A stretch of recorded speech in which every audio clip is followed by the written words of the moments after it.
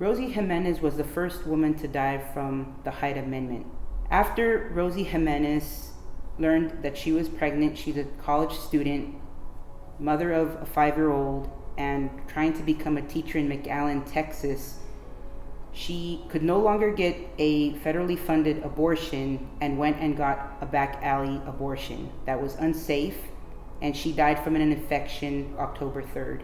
So when I was in college, I was on my way back to San Francisco and was having a conversation with an older woman on the topic of abortion. And she told me that if my generation did not fight for abortion, that we would lose it.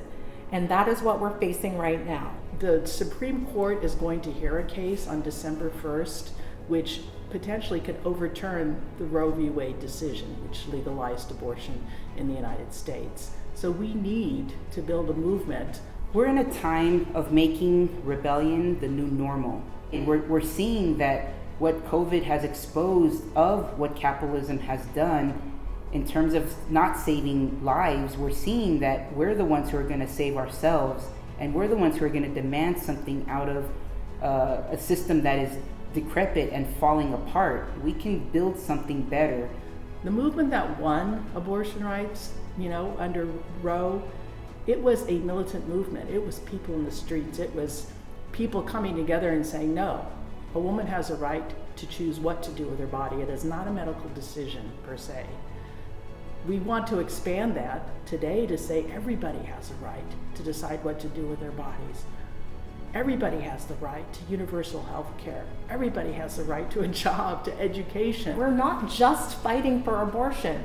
We're fighting for, a broad spectrum of reproductive rights. The folks who were involved, who have been involved in, this national mobilization, came up with a set of really inclusive demands. End medical and environmental racism and defending queer and trans families. Protect and expand Roe v. Wade, legal abortion on demand without apology. An end to forced sterilization.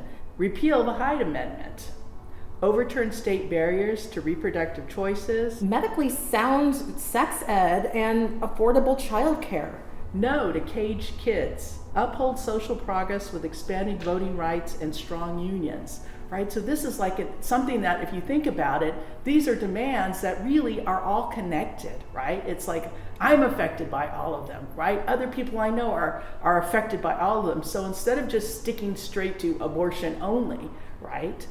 If we make it broader, we get more people involved and we see that it's a system, then unless we change the system, unless we be inclusive of who we're fighting for, we're not going to win. This is why it's so important that everybody sees this as not just their own fight, but as a fight for all of us to get what we want. Because we don't just want crumbs, we want it all. We want the whole pie, we want everything, and we can have that as a society. Coming out for October 3rd means building from that and not just seeing that as a day of action. So all the more reason for folks to see their role and their position in this as very important and crucial for everyone to come out. It's an opportunity to make a statement, and it's an important one we're making because we're running out of opportunities. So let's take full advantage of this one because we can make a difference. You can make a difference.